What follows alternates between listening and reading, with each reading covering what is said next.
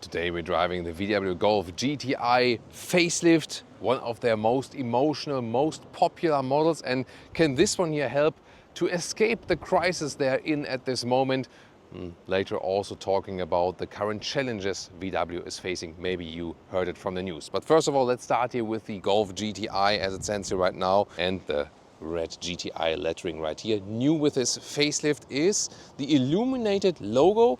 You can better see it at night, of course. I think it's a very cool addition. And also new updated headlamps, optional IQ light, the matrix LED. You also see it right here. And then you also have cascading turning indicators, which again look pretty cool, especially in nighttime. And also in the lower part, we have the fog lamps. They are still available.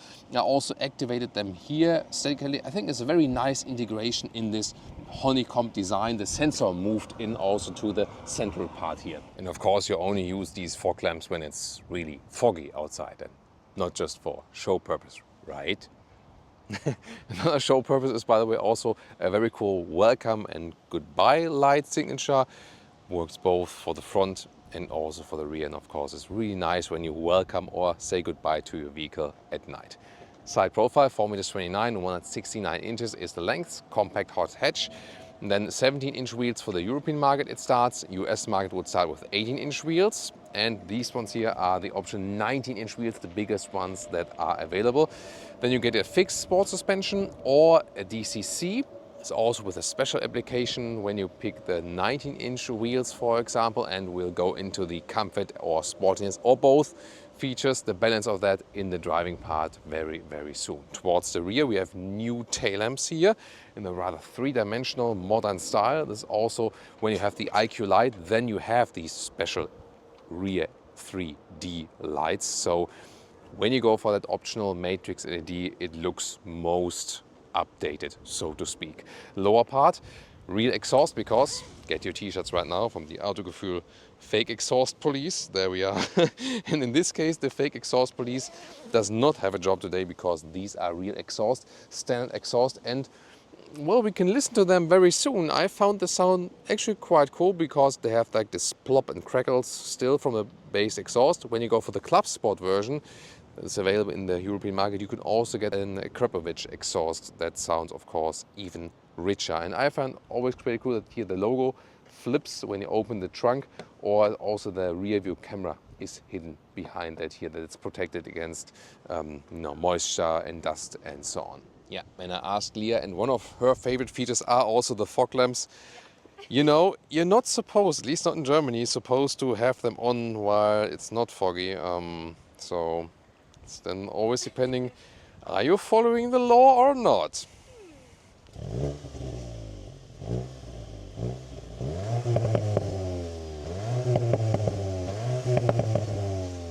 Let's take a look under the hood. Yeah, sadly the Golf 8 does not have gas struts. There we go. And this one here, now with the power upgrade, 20 horsepower more to 265 horsepower, 2-liter 4-cylinder TSI. And 5.9 seconds in the acceleration figure. That means 0.3 seconds quicker than before. So that also power-wise moves it closer to the GTI Club Sport. Of course, always front-wheel drive, but with an electronic lock in the front, so you don't have this strong understeering effect, but more to that in the driving part. Now to the interior with the key fob still high gloss black. Not my special favorite, honestly. Door closing sound. The door of the Golf has always been famous for that. And still delivers. Also in the rear, maybe even better so. So really nice. Inside of the doors. Here is a little bit soft, just a little bit, I would say. And then you have this, the standard decor is called mesh, but to me it is like a fake carbon fiber. And honestly, looks and feels a little bit cheap. However, if you want to spend the money, they also offer optional a real carbon fiber decor element. And that looks really cool then, but it's also expensive. Then microfiber on the inside here, that's cool. Then a little bit softer here for your elbow. And what I also find pretty cool is like the emergency vest. Here you have the felt inside covering at the inside of the doors and a huge door pocket, very well usable. Then steering wheel, now with a change with the facelift, They started off with the hashtag capacitive BS buttons at the steering wheel. Now they went back, they listened to customer feedback. Thank you so much. So we also had, with our community here, with you, a major influence on that. Real buttons on the steering wheel, and then the typical GTI Karo-Sitze, the houndstooth pattern. This is really cool. Actually, I found it cool because it's special, it's unique, and then with some microfiber inserts. In the Club Sport version, you would also get a microfiber on the inside of the seat. That's, to me, maybe a little bit even cooler, I feel. And yeah, they house you in a little bit, so you're being kept tight in the corners, but not too tight. So I'm happy with the seats. With 189, 6'2", still some headroom left here above my head, and the steering wheel adjustment is manual here. Also really fine with me, and is also a smooth process. Interior cockpit overview. First of all, what I find quite cool, here the ambient light integration is in between here at the moment in red, even better visible at night. Soft touch here on the dashboard. Yeah, this fake carbon fiber decal element, the standard one.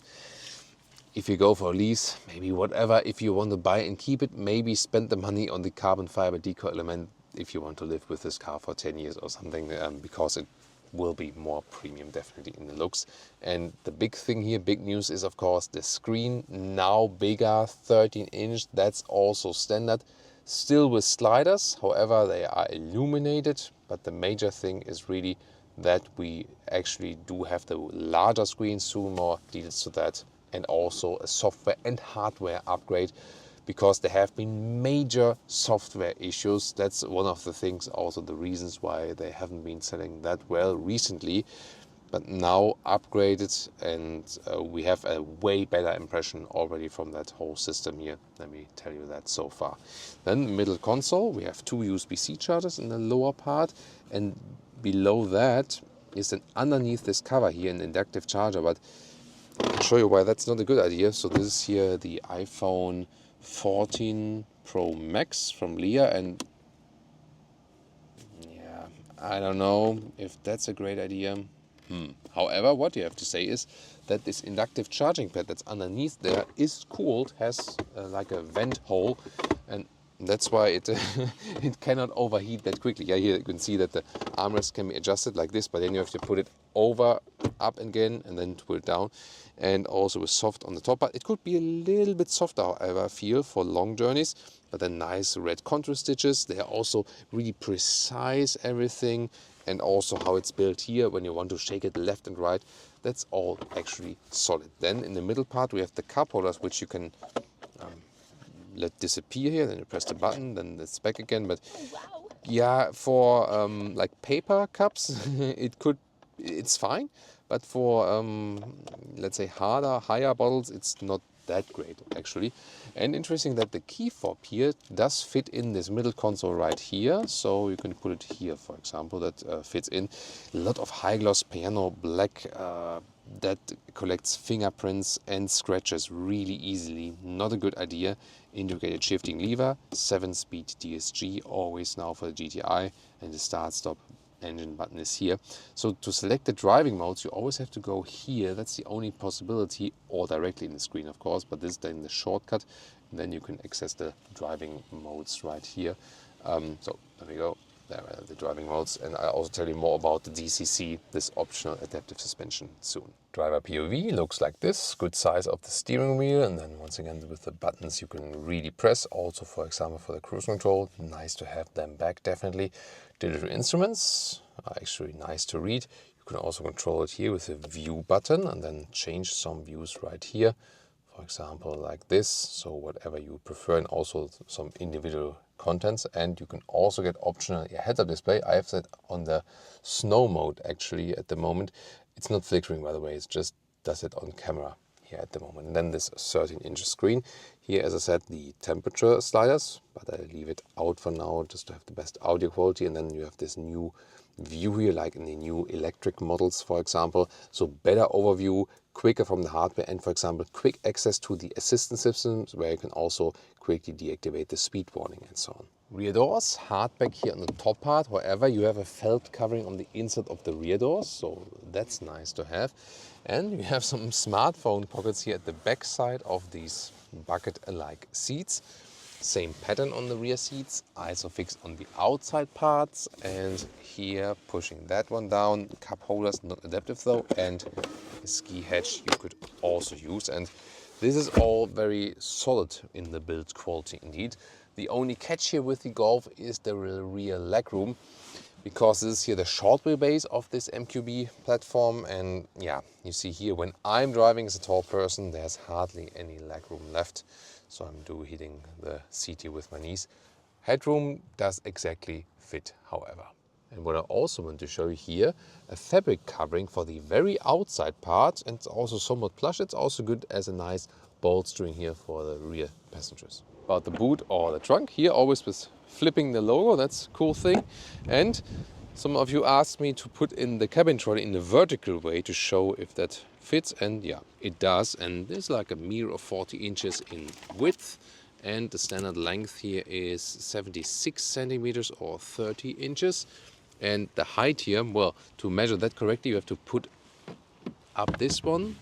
So this is how it folds down, and then you can push it out. Then we can easier access the height here, for example. And there we go, with some 70 centimeters or 27 inches. And of course you can also fold the seats, and if this cover is gone, then you can easier fold the seats from here. There we go. And underneath, by the way, there is more space. In this case then we have the subwoofer if you have that optional sound system. And the total length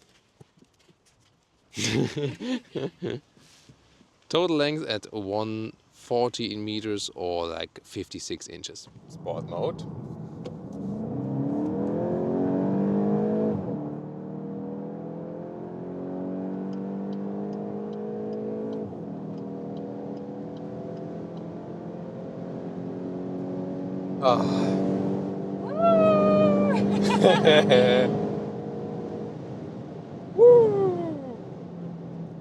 That was 200 kilometers an hour, 125 miles an hour. Yeah, and yes, in everyday driving life, I try to drive fuel efficient, definitely. But sometimes it just gives you this satisfied feeling. And yeah, you might say on the only hand, it's just a Golf, but hey, it's a Golf GTI. And exactly this. You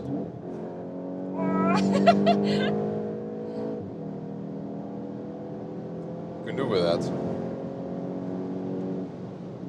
Nice. But did you feel that, or did you see that? Like when I was like the second acceleration, when I was flooring it all the way in, it was like a split second where it was like, like, I don't know, hitting something with the clutch or something. Yeah, but it still was quick enough. And before that, when I was driving onto the motorway, there was this guy bullying me from behind for, I don't know, for whatever reason. I didn't drive too slow, didn't drive too quick, but sometimes you have these people. And then when you go to the motorway, you can just, they maybe don't expect you to be that quick, but with the updated GTI, now under 6 seconds, this acceleration figure 5.9, 20 horsepower plus, and you do feel that. So it's a little bit more spiritful, I would say. And here in the sport mode, we also have more response there from the suspension. It has such a great handling, It's a very precise steering here, lane change. It's just so nice. Your legs look also very nice. Check it out. High-grade leatherette, of course, yeah. Yeah, I mean, this is the thing about the Golf GTI. The handling is just so superb. And with this power upgrade here, you might say, hey, I don't necessarily need the Club Sport version, and I also don't necessarily need like the corresponding highest trim in the US. Here, German Autobahn today, they also in the US market have a trim called Autobahn, which is also like a higher trim level and so on. This one here also higher equipped, but not as expensive as the Club Sport. The Club Sport gets the Akrapovic exhaust, but other than that, this one here already delivers. Nice.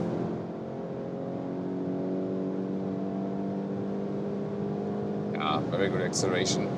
Wind noise, of course, gets kind of noisy when we're at really, really high speeds. There you feel it's only the compact segment. It's kind of windy outside today, though. I have to mention that. Yeah, but here now, I'd say like at 120 kilometers an hour, like 70 miles an hour, it's actually also fine. The great thing is that the DCC gives you good comfort, considering we have the 19-inch wheels here, so you can go different combinations. There's a fixed sport suspension option, you can get the DCC, the adaptive suspension, and you can go US market 18 or 19-inch wheels, and here in Europe you can go 17, 18 or 19-inch wheels. And this also varies how the car is handling. Here now is the sport is set up 19-inch wheels with the DCC and the special application for the 19-inch wheels, and this kind of saves the comfort a little bit for the 19-inch wheels. But you have to remind yourself, like the biggest minus in comfort you can have here for the GTI is to go from the 18 to the 19-inch wheels. So I feel that the best setup for this vehicle from visual parts, sportiness, comfort is the 18-inch wheels DCC setup. If you want more comfort, then the 17-inch DCC, if that's available in your market. But 19-inch I feel is great here on the motorway. That's lovely to drive. But when you're driving in the city and have some fierce bumps and so on, then I think it's not the best idea actually to have the 19-inch wheels. So 18-inch I think is a very good compromise then between everything. And I love every lane change. Sometimes you tend to, let's say, exaggerate a lane change a little bit, do it a little bit fiercer than you would usually do that, just because it's fun. It's fun for you as well? Yeah, or is it already getting a little bit... Sorry about that. Yeah, but I mean, Leia is used also to way fiercer acceleration. Meanwhile, I mean, all the different electric vehicles out there, they have better acceleration. So the Leia meter wasn't really going off in that acceleration here. It's only front-wheel drive, and 5.9 seconds is not the quickest one. But hey, it's a compact hatch. It's a hot hatch. That's what the GTI does, and still the handling is nice and the acceleration is good. Overall does a great job, and you just feel one with the car really quickly. And I've been driving Golf GTIs and also Golf Rs on the racetrack, and they really perform very well on the racetrack. And since you have this electronic differential lock, you also don't have this effect that the front wheels would steer you in a way, or maybe like hard understeering or something, although it's all front wheel driven. That's actually really fine. Here now, when we have some fierce bumps, then I feel, especially when we have it in the sport setting, picking the modes here in the lower parts, not the most ideal thing. That is better than with the R, where you have the button at the steering wheel. Then again, the R still gets the hashtag capacitive PS steering buttons, whereas this one has the real hard buttons on the steering again. The GTI and the Golf 8 started with the capacitive PS buttons, here now nice S combination, but now they went back to hard buttons, and I think sometimes here when... Interesting. Oh. How come we were in the manual mode? Did I hit the pedals at some point? I don't know. Strange, right? Because you have different situations. So you can go here into the S shifting mode. You can go to D shifting mode, normal one. And then when you hit the pedals, you can also shift up or down yourself. And this is also handy here. Doesn't really steer me from the front wheels, so hardly hear that effect. Yeah, really nice. And for example, situations, hey, I want to accelerate a little bit quicker maybe, and maybe shift down yourself first or something. It's also nice to shift up yourself. Take it in, there we go. That's a lot of fun. Great. So at least you have these possibilities, because 7-speed DSG is now a standard, so there is no manual option anymore. On no market, manual is completely gone. They say they just didn't sell enough. It didn't really pay off. Here, by the way, when you pull the shifting lever, you can directly change it again. And depending on the mode here, for example, in the comfort mode, everything is more relaxed. Also better suspension comfort. So now it evens it out a little bit better. However, the DCC always rules in the spectrum. So it's always between comfort and sportiness. That's what it's making also quite good. I think I would also go for that one, at least, unless you really want specifically that very, very stiff ride of the fixed sport suspension. Then, by the way, here, cruise control, we can set it on the steering wheel, different mode, for example, the travel assist. Travel assist is the most sophisticated one, and then you can set it here. It has been updated as well, and now the car is being kept automatically in lane. distance to the car in front of us being kept, and also side assist here, so we keep everything centralized, and then there are hardly any steering corrections and so on. Of course, you're supposed to keep your hands on the steering wheel, but it's doing it in a very smooth way. And then you also have another set like blind spot monitor and so on integrated in the side mirrors. But today we are really quick on the German Autobahn, so there's hardly anyone catching us from behind. So tough to show you the blind spot monitor in that case. Yeah, when it's windy outside here at 140 kilometers an hour, I think wind noise could be a little bit better. That's maybe something to criticize. Seats-wise, in the European market, we get the Club Sport version with microfiber seating. That's probably even a little bit cooler, but probably what you prefer. Here, the fabric seats in this special houndstooth pattern there. Karo Muster, we also say in Germany. And let's go one more time into that sport mode. Also the exhaust note. It's like the fake exhaust note, and from the inside is also enhanced by the speakers. Nice S combination here. Now that Swift is blocking us a little bit now. Yeah, but also here over these transverse bumps, the car doesn't like set off to the left or right or something like that. So everything very well balanced. That's to me the main thing. And hey, this power upgrade, you really feel that.